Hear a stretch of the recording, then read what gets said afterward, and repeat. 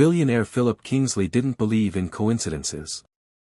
At 35, he had made his fortune building tech companies, buying land in foreign countries, and breaking stock market records. Everything in his life was calculated. Controlled. Perfect. So when his younger sister, Rachel, begged him to attend the annual charity visit to the motherless home she volunteered at every Saturday, he rolled his eyes. "What's the point?" he asked, staring at his tablet. "You know how I feel about fake charity appearances." Rachel leaned on the doorframe of his office. "Just come. Once. You don't have to donate anything. Just, see." Philip sighed and finally nodded. He could spare an hour. The motherless home in West Creek wasn't flashy.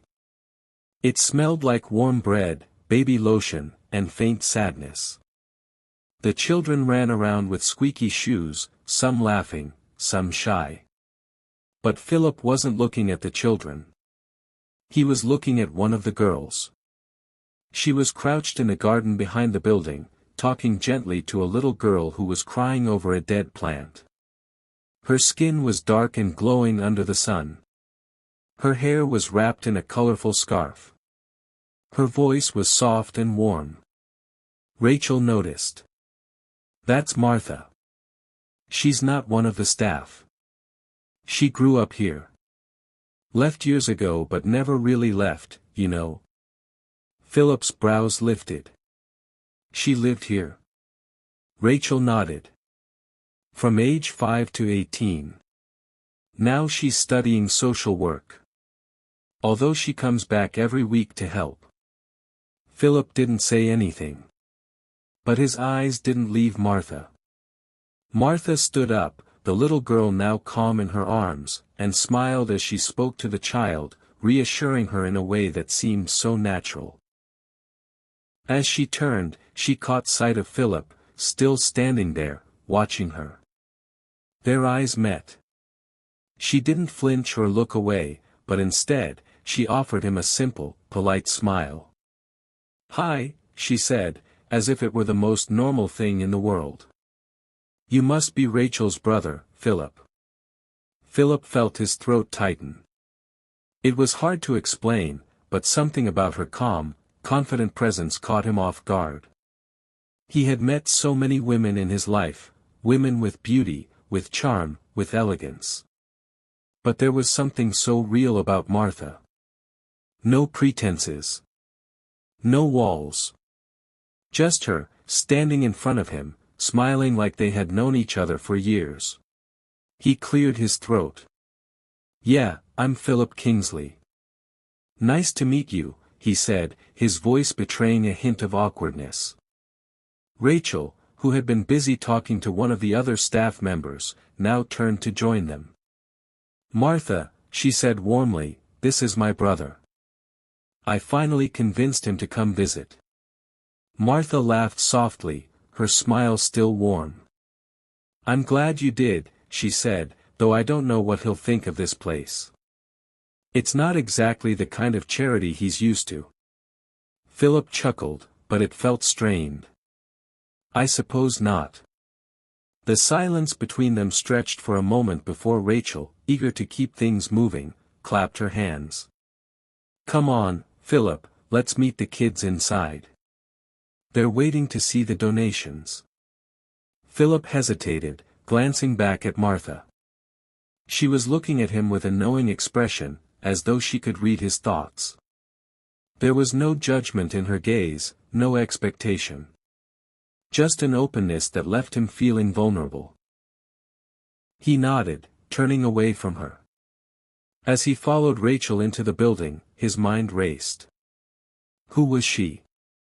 He had met hundreds of people in his life, but no one had ever made him feel this unsettled. As the day went on, Philip found himself constantly looking for her, though he told himself he wasn't. Every time he heard laughter or a soft voice, his eyes would search the room, hoping to catch a glimpse of Martha again. But she was always busy, always focused on the children, always giving them her full attention. It was clear to him now, this place wasn't just a job to her. It was her life. And she gave everything she had to it. It was strange, but for the first time in years, Philip felt something stir inside him. Something he hadn't felt in a long time. Something he didn't understand. As the visit came to an end, Philip stood near the door, shaking hands with some of the staff, when Rachel came up beside him. "So, what did you think?" she asked, her eyes bright with curiosity. Philip didn't know how to answer. His thoughts were still with Martha, still with the way she had moved, the way she had spoken to that little girl, the way she had made him feel. "I don't know," he said honestly, his voice quieter than usual. "But I think I need to come back." Rachel grinned. "I knew it." Philip glanced over at her, still lost in thought. "I think I need to understand this place. And her." Rachel's smile widened. "I think you just might." And just like that, Philip knew his life had already started to change. The next Saturday, Philip returned to the motherless home. He hadn't planned to go back. He had told himself that the visit last week was a one-off. But something had kept pulling him back. The orphanage was different from any other place he had visited. The children, the staff, and especially Martha, all of them felt real, raw, and unpolished in a way that made Philip uncomfortable, but in a way that also drew him in. When he arrived, it was quiet. The children were inside, probably working on their school assignments, and there was a calm that felt strange in the air. The usual chatter and laughter were absent, and Philip felt a slight sense of unease. He wasn't used to quiet. He was used to the bustling offices, the ticking of clocks, and the sound of his phone ringing with another business deal to sign. Rachel was there, standing by the entrance and talking to one of the staff members. She waved as Philip walked up to her. "Hey, glad you came back," she said, a knowing smile on her face. "I don't know why, but I did," he replied, shrugging. "It's like something's pulling me here." She raised an eyebrow but didn't press the issue. "Come on, the kids will be outside in a few minutes. Martha is in the garden today, I think." Philip's heart skipped a beat. Martha. He hadn't expected to feel this way about her. After their first meeting, he couldn't stop thinking about her. The way she moved, the way she spoke to the children, the way her presence filled up the space with calm and warmth. He knew nothing about her, not her past, not her dreams, not her thoughts, but he couldn't deny the pull he felt every time he saw her. As Rachel led him to the back of the building, Philip found himself scanning the area for her. The garden was a small, quiet space with rows of flowers, herbs, and a few trees that provided shade. It was where the children sometimes went when they wanted to be alone or needed time to think. Today, the garden was empty, but Philip's eyes immediately locked on Martha. She was standing near the back fence, speaking to one of the younger girls, her hands gently moving as she explained something.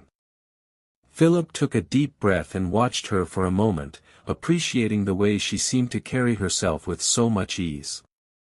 She wasn't loud or commanding, yet there was something so powerful about the way she interacted with the children. They listened to her with respect, and they looked to her as a source of comfort. The rain started as a light drizzle, almost unnoticeable at first. But as minutes passed, it grew heavier. The soft pitter-patter of drops on the ground soon turned into a steady downpour. The children, who had been playing nearby, screamed with excitement and ran towards the shelter of the building. But Martha didn't move. She stood there, under the rain, still speaking with the girl, her voice soft but comforting. Her clothes were becoming soaked, but she didn't seem to mind. Philip found himself staring at her again, unable to look away. There was something so free about her. Most people would have run inside to avoid getting wet, but Martha didn't seem to care. She was too busy being present for the child in front of her. It wasn't until the girl ran off to join the others that Martha finally looked up. Her eyes met Philip's across the garden, and she smiled. It was a smile that didn't need words. It was a smile of recognition, of acknowledgement.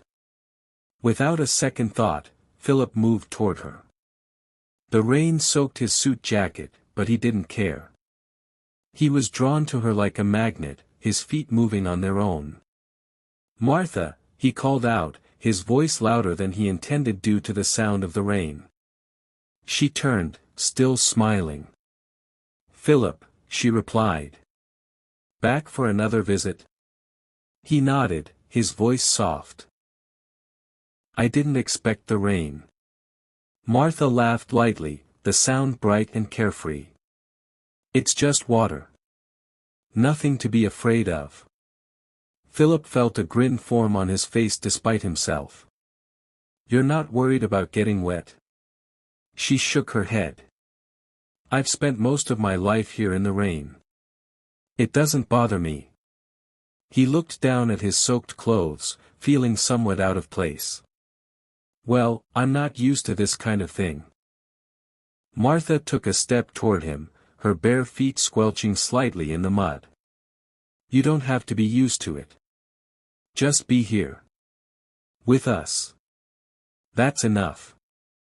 Philip's chest tightened at her words. He had always been the one in control, the one who made the decisions, the one who decided what was important. But standing here in the rain, in this quiet garden, he realized how much he had been missing in his life. How much he had overlooked in his quest for success. Martha's words were simple, but they struck him deeply. Just be here. It was the kind of advice he hadn't heard in years. In his world, everything had a goal.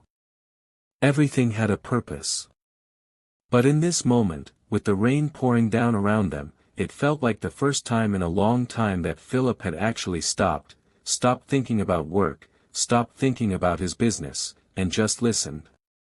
He found himself laughing, the sound almost foreign to him.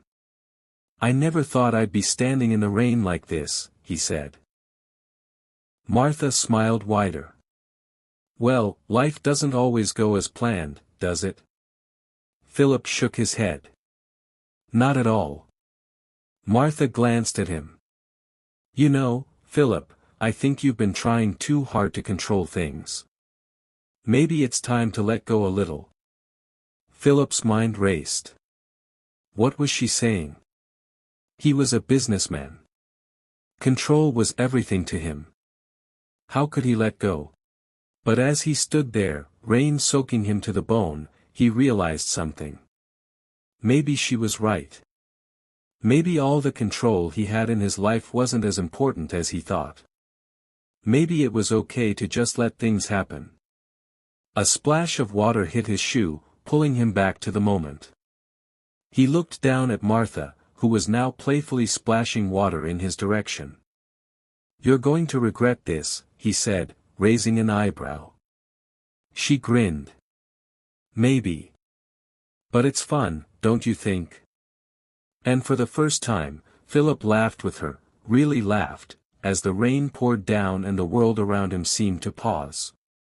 He didn't know what the future held, but standing there in the garden, with Martha and the rain, he felt like he was exactly where he was supposed to be. Philip started showing up every Saturday. Sometimes with books. Sometimes with groceries. Sometimes with nothing but himself. Martha never asked for anything. She teased him, challenged him, made him question things he'd believed for years. He started talking more about his childhood, cold nannies, a lonely mansion, a father who only showed affection through money. She listened. Gently. Without pity. One day, Philip looked at her across the children's playroom, and the thought hit him like thunder. He was falling in love. The tabloids caught wind of it. Billionaire tech giant dating orphanage worker. Social media exploded. Some mocked her. Others romanticized it. Martha, however, didn't change. When Philip offered her a ride in his private jet, she laughed. "I take the bus, thank you. It keeps me grounded." When he tried to give her expensive jewelry, she frowned. "I'm not here for your money, Philip." He stopped trying to impress her. He just loved her. One evening, sitting on the orphanage rooftop, Martha opened up about her childhood. "I was left at the gate when I was 5. No note. No name. Just me. I don't even know who my parents are." Philip didn't speak. He held her hand. She continued, "I used to think I was unlovable. That's why no one ever came back." He turned to her. "Then they were fools. Because you're the most unforgettable person I've ever met." She cried. And for the first time, she let someone hold her long enough to believe love was real. A year later, a new center opened in the city, the Martha Foundation. Philip funded it. Martha ran it. They worked side by side, providing homes, therapy, education, and love to children who felt forgotten. At the ribbon-cutting ceremony, surrounded by laughter and joy, Philip turned to her. "Martha," he said softly, "marry me." She blinked, stunned. "Are you sure? About me?" He grinned. "I fell for you in a garden. Got soaked in the rain. And found my purpose beside you. I've never been more sure." She kissed him. And the crowd of children erupted in cheers.